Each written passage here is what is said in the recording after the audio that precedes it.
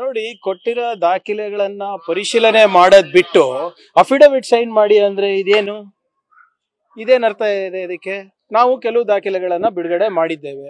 ಅದು press meet ಆದ ನಂತರ ಎಲೆಕ್ಷನ್ ಕಮಿಷನ್ ಅವರು ವೆಬ್ಸೈಟ್ ನಲ್ಲಿರುವಂತ ಮತದಾರರ ಪಟ್ಟಿ ಏನಿದೆ ಅವರು ಡಿಲೀಟ್ ಮಾಡ್ತಾ ಇದ್ದಾರೆ. ವೆಬ್ಸೈಟ್ ಆಕ್ಸೆಸಿಬಲ್ ಇಲ್ಲ. ಯಾಕೆ?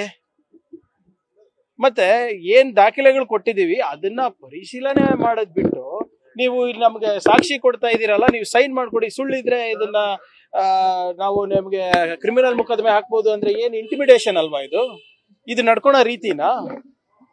ಆಮೇಲೆ ಏನ್ ಸುಮ್ನೆ ಗಾಳಿನಲ್ಲಿ ಗುಂಡಾರಿಸ್ತಾ ಇದೀವ? ವಿತ್ ಡಾಕ್ಯುಮೆಂಟ್ಸ್, ಎಲ್ಲಿ ಏನು ಯಾರು ಯಾವ ವಿಳಾಸ ಎಲ್ಲಾನು ಕೊಟ್ಟಿದೀವಿ. ಸ್ವಲ್ಪನ ಜವಾಬ್ದಾರಿಯಿಂದ ನಡ್ಕೊಂಡ್ರೆ ಎಲೆಕ್ಷನ್ ಕಮಿಷನ್ ಅವರು ಒಳ್ಳೇದು ನಮ್ಮ ಪ್ರಜಾಪ್ರಭುತ್ವಕ್ಕೆ. ಬಿಜೆಪಿಯವರ ಕೈಗೊಂಬೆ ಆಗಿ ನೀವು ನಡ್ಕೊಂಡ್ರೆ ರಾಹುಲ್ ಗಾಂಧಿ ಅವ್ರು ಹೇಳ್ದಂಗೆ ಇವತ್ತಿಲ್ಲ ನಾಳೆ ನಮ್ಮ ಸರ್ಕಾರ ಬರ್ತದೆ. ಇದನ್ನ ನಾವು ಪರಿಷ್ಕರಣೆ ಮಾಡ್ಲೇಬೇಕಾಗುತ್ತೆ.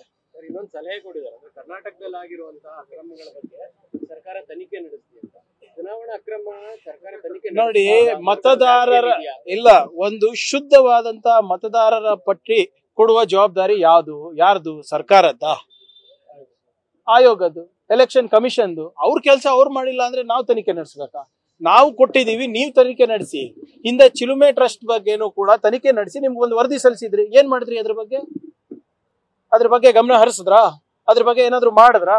ಒಬ್ಬ ಬಿಜೆಪಿ ನಾಯಕನ ಅಕೌಂಟಿಗೆ ನೇರವಾಗಿ ದುಡ್ಡು ಹೋಗುತ್ತೆ, ಅದು ಅನಧಿಕೃತವಾಗಿ BBMP ಇವರಿಗೆ ಸ್ವೀಪ್ ಎಲೆಕ್ಷನ್ ತಗೋತಾರೆ ಅಂದ್ರೆ, ಪ್ರಚಾರಕ್ಕೆ ತಗೋತಾರೆ ಎಲೆಕ್ಷನ್ ಪ್ರಚಾರಕ್ಕೆ ಅಂದ್ರೆ ಏನರ್ಥ ಇದು? ಅವ್ರ ಜವಾಬ್ದಾರಿ ಫಸ್ಟ್ ಅವ್ರು ಮಾಡ್ಲಿ. ನಾವು ಪಬ್ಲಿಕ್ ರೆಪ್ರೆಸೆಂಟೇಟಿವ್ಸ್, ಜನರ ಮುಂದೆ ಹೋದಾಗ ಜನರಿಗೆ ನಾವು ಏನೋ ಉತ್ತರ ಕೊಡ್ಬೇಕಾಗ್ತದೆ. ಇದೆಲ್ಲ ಹೇಳಿದ್ ನಿಜನಾ ಸುಳ್ಳ ಅಂತ. ಅವರು ಏನ್ ಅಕೌಂಟಬಿಲಿಟಿನೇ ಇಲ್ವಾ ಅವ್ರದ್ದು? ಮುಂದೆ ಪಾಲಿಕೆ ಚುನಾವಣೆ ಬರ್ತದೆ ಸರ್, ಇದೇ ಮತದಾರ ಪಟ್ಟಿ ಕಳಿಸ್ತೀರಾ ಅಥವಾ ರಾಜ್ಯ ನೋಡೋಣ. ನಾವು ನೋಡಿವ್ರೆ, ಒಂದಲ್ಲ ಎರಡಲ್ಲ, ಸಾವಿರಾರು ಪುರಾವೆಗಳನ್ನ ಅವ್ರ ಮುಂದೆ ಇಟ್ಟಿದೀವಿ. ಅದನ್ನ ಮೊದಲು ತನಿಖೆ ಆಗ್ಲೇಬೇಕು.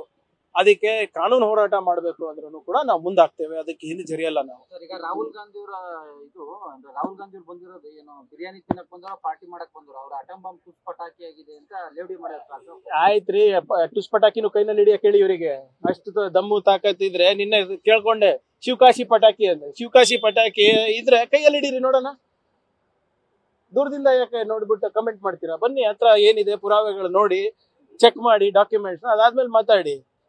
ಟುಸ್ ಪಟಾಕಿ ಗಾಳಿನಲ್ಲಿ ಗುಂಡಾರಿಸ್ತಾ ಇರೋದು ಯಾರು? ದಾಖಲೆಗಳು ಕೊಟ್ಟಿದ್ರಲ್ಲ ಸ್ವಾಮಿ, ಅದ್ರ ಬಗ್ಗೆ ಚರ್ಚೆ ಮಾಡಿ. ಚಿಲುಮೆ ಟ್ರಸ್ಟ್ ಬಗ್ಗೆ ಚರ್ಚೆ ಮಾಡಿ. ಟುಸ್ ಪಟಾಕಿ ಅಂದ್ಬಿಟ್ಟು ಕೈನಲ್ಲಿ ಇಟ್ಕೊಂತಾರ ಯಾರನ್ನ? ರಾಜ್ಯ ಸರ್ಕಾರ ಯಾವ ರೀತಿ ಈಗ ತನಿಖೆ ಮಾಡಿಸ್ಬೇಕು ಅಂತ ಬೇರೆ ಹೇಳಿದ್ದಾರೆ. ನೀವೊಂದು SIT ಏನಾದ್ರು ಮಾಡ್ತೀರಾ ಸರ್? ನೋಡೋಣ. ನೋಡಿ, ಇವತ್ತು ಇನ್ನ ಬರೇ ಇನಿಷಿಯಲ್ ಆಗಿ ಒಂದೆರಡು ದಾಖಲೆಗಳು ಕೊಟ್ಟಿದ್ದೀವಿ. ಇನ್ನ ಒಂದೆರಡು ದಿನ ಹೋಗ್ಲಿ. ಪ್ರತಿಯೊಂದು ಆರೋಪಕ್ಕೂ ಕೂಡ ಮಿನಿಮಮ್ 3 ಉದಾಹರಣೆಗಳನ್ನ ನಿಮ್ ಕೈಗೆ ತಲುಪಿಸ್ತೀವಿ. ನೀವೇ ಪರಿಷ್ಕರಣೆ ಮಾಡಿ.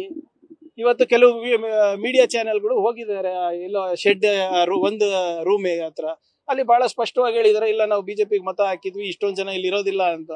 ಬರುತ್ತೆ, ಒಂದೊಂದಾಗ ಸತ್ಯ ಹೊರಗೆ ಬರ್ತದೆ. ಸ್ವಲ್ಪ ವಿಳಂಬ ಆಗ್ಬೋದು, ಆದ್ರೆ ನಾನು ಹೇಳ್ದಂಗೆ ನಿನ್ನೆನೂ ಅದೇ ಹೇಳ್ದೆ, ಹಿಟ್ ಅಂಡ್ ರನ್ ಮಾಡುವ ಜಾಯಮಾನ ನಮ್ದಲ್ಲ.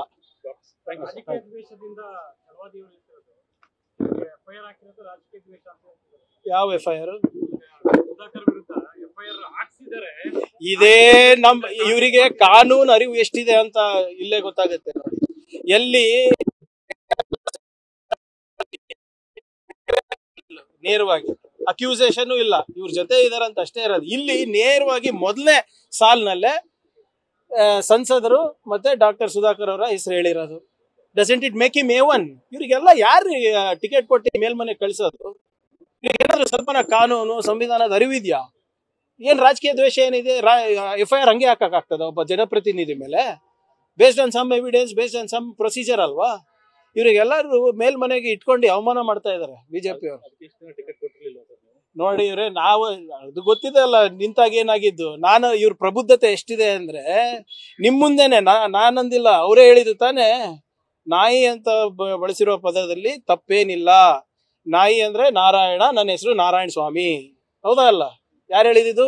ಅವರು. ಇಂಥ ಪ್ರಬುದ್ಧ ರಾಜಕಾರಣಿಗಳನ್ನ ಬಿಜೆಪಿ ಅವರು ಬೆಳೆಸ್ತಾ ಇದಾರೆ. ಬಿಜೆಪಿಗೂ ಒಳ್ಳೇದಾಗ್ಲಿ, ಅವರಿಗೂ ಒಳ್ಳೇದಾಗ್ಲಿ. ನ್ಯೂಸ್ ಫಸ್ಟ್, ನಿರ್ಭೀತಿಯಿಂದ ನಿಮ್ಮ ಪರವಾಗಿ.